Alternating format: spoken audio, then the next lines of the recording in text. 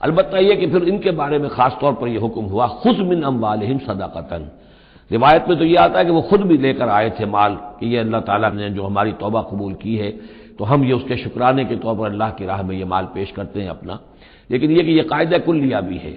کہ خذ من اموالہم صدقۃ، جہاں تک منافقین کا معاملہ تھا روک دیا گیا، ان کے اب آپ صدقات قبول نہ کیجیے، اب ان کے نفقات اللہ کے ہاں قبول نہیں ہوں گے، لیکن یہ چونکہ ضعفاء ہیں، یہ کمزور ہیں، یہ منافق نہیں ہیں، ہے مخلص، کمزور مخلص ہیں، لہذا ان کے لیے کہ ان کے اموال میں سے صدقہ آپ قبول فرما لیجئے، خذ من اموالہم صدقۃ